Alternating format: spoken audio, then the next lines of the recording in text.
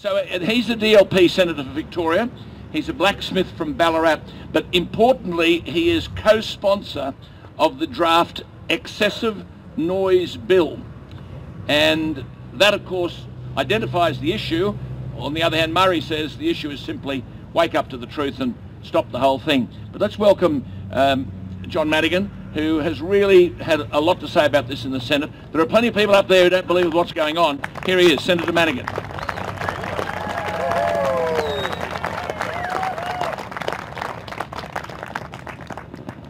Good morning, everybody. I wish I would be seeing you here for a better occasion than this. And having travelled across South Australia and Victoria and New South Wales, visiting many of the areas where you people come from, one thing I will promise you is that I'll never bludgeon a government.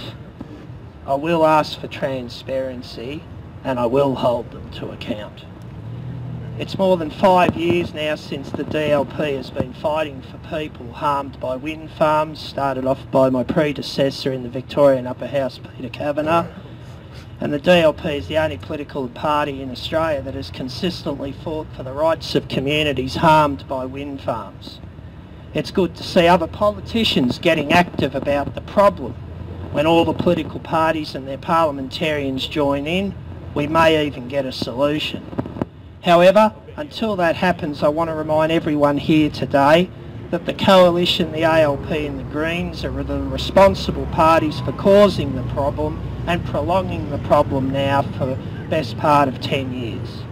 At state and federal levels, we have witnessed the ALP and Coalition's governments, supported by the Greens, build up this industry according to one rule, the rule of anything goes. This multinational, multi-billion-dollar industry, closely linked to the fossil fuel industry, has been allowed to do whatever it likes, wherever it likes in Australia. We have an ever-growing body of evidence, some already on the public record, that governments at state and Commonwealth levels have let this industry design the regulatory arrangements to write the road rules.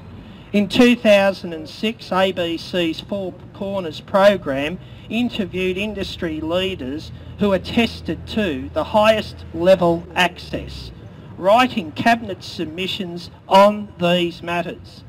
Politicians and their staffers and the wind industry have worked hand in glove designing the processes that let this industry do what it likes. Those close relationships are still evident today.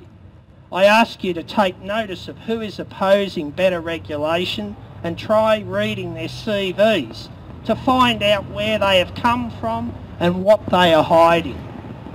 Instead of protecting local residents, rural communities and the environment with robust regulation from the harms caused by this industry, politicians of all colours have been busy lining up in front of wind turbines to have their photos taken. These photo ops have made politicians look like they are doing something positive about global warming.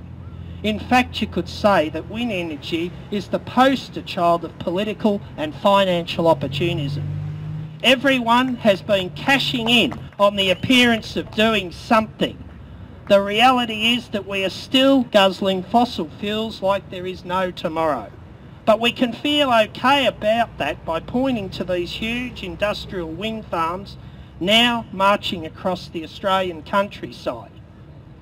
I support practical energy conservation and efficiency measures, making and using more efficient electric motors, using Australian designed fuel cells, which are the most efficient electricity and heat generation on the planet, and supporting energy efficient refrigeration made in Australia, to name 3 of many technologies which we should be using. Australia is underperforming on the energy efficiency front. Meanwhile, the people and wildlife whose space has been invaded by large and under-regulated wind turbines have been left to carry the cost. And the cost ultimately is people. The cost is ultimately communities and pitting people against each other. You have heard some of their voices today and their stories today, and I want to add my voice in support of all those communities and the protected wildlife being hurt by unregulated and badly sited wind farms. In closing, the answer to the problem is very simple. Governments and regulators have to stop treating the wind industry like it is the protected species and start treating it for the heavy industry that it is. The wind industry must be regulated with robust laws properly enforced at Commonwealth and state levels. If there truly is a level playing field, everybody plays on the same level, not one rule for some and another rule for others. Wind farms that don't meet the required standards shouldn't be getting their noses into the renewable energy certificate trough. The Commonwealth should be telling wind farm proponents, don't propose wind farms for high conservation value sites. Existing wind farms that are too big, noisy and disturbing local residents must be shut down. The legislation that Senator Nick Xenophon and myself tried to get through the Parliament last year is sorely needed. Minister Matthew Guy, Victoria, I call on you today. We want a decision on Warbra. Does it or does it not comply? Make a decision. If it does comply, well and good. If it doesn't, have the guts to make the call. Tell the Clean Energy Regulator, you owe the residents of Warbra the courtesy of a decision. You owe Australian energy consumers the right not to be ripped off.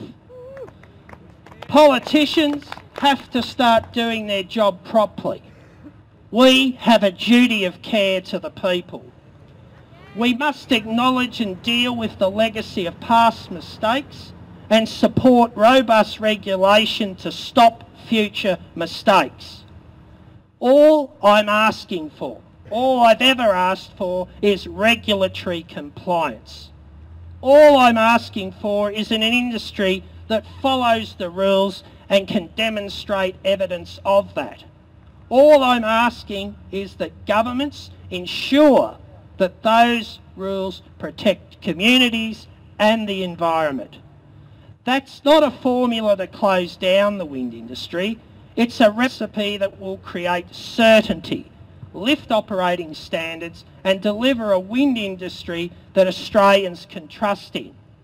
And may I remind each and every one of you that it is incumbent upon each and every one of us to put the common good back into the Commonwealth. Thank you.